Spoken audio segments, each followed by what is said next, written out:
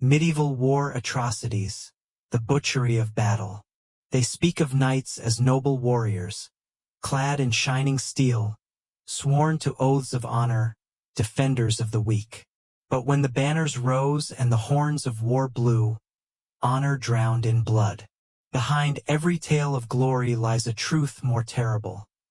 War in the Middle Ages was not chivalry, but butchery.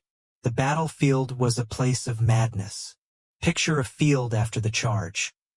Broken lances, shattered shields, men crushed beneath the weight of horses, their cries muffled by mud.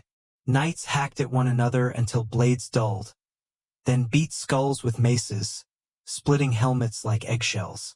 Men fell screaming with guts spilling out, crawling in filth as hooves trampled them.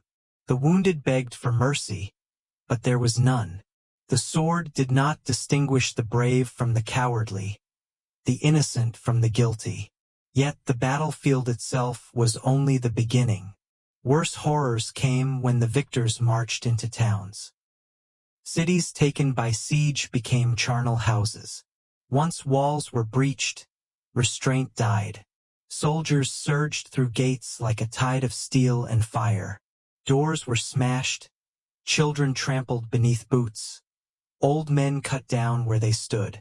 Women were dragged into the streets, their screams drowned by laughter and war cries. Churches, once sanctuaries, filled with blood as soldiers slew those who clung to the altar. So it was at Béziers in 1209 during the Albigensian Crusade. When the Crusader army stormed the gates, a question arose. Who among the townsfolk were heretics, and who were faithful? The papal legate gave the infamous answer, "Kill them all. God will know his own." What followed was a massacre without distinction. 20,000 souls butchered in a single day. Men, women, and children cut down as the city burned. Blood ran ankle-deep in the streets, and the church bells tolled not for salvation, but for slaughter. Sieges starved cities into madness.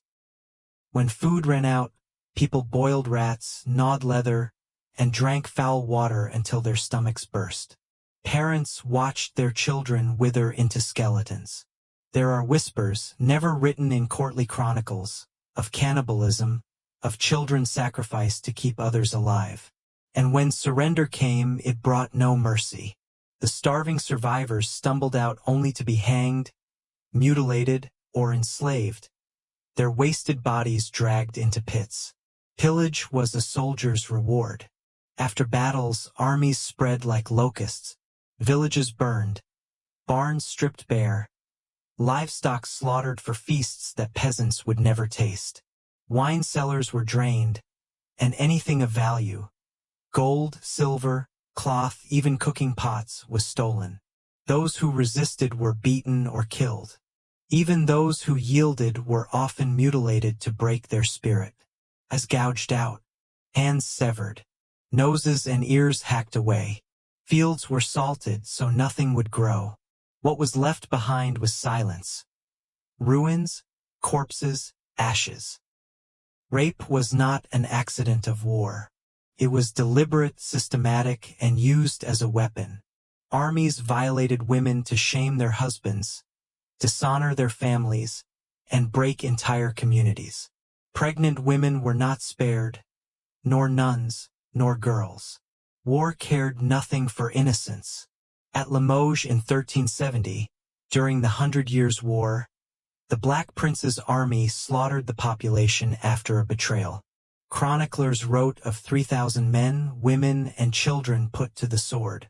The prince himself, paralyzed and racked by disease, watched from a litter as his troops cut down townsfolk in a frenzy. Some begged on their knees for mercy. Others tried to flee only to be hacked apart in the streets. The town was left a ruin of corpses, its very earth stained with death. Mercenaries were often worse than armies. When unpaid, they turned against the very lands they had been hired to defend. These free companies roamed the countryside like wolves, raiding villages, capturing peasants, ransoming nobles, and spreading terror wherever they went. Their cruelty knew no limits. They roasted men alive, hanged women from trees, nailed children to doors, all to squeeze gold from a broken people. The church spoke of holy war, of crusade and righteous vengeance, but in truth the cross was no shield. At Constantinople in 1204, the Crusaders themselves turned upon a Christian city. Once the proud jewel of Byzantium, it was plundered for 3 days. Soldiers dragged women from the steps of Hagia Sophia, while the sacred altar was smeared with blood. Icons were smashed, relics stolen, corpses desecrated.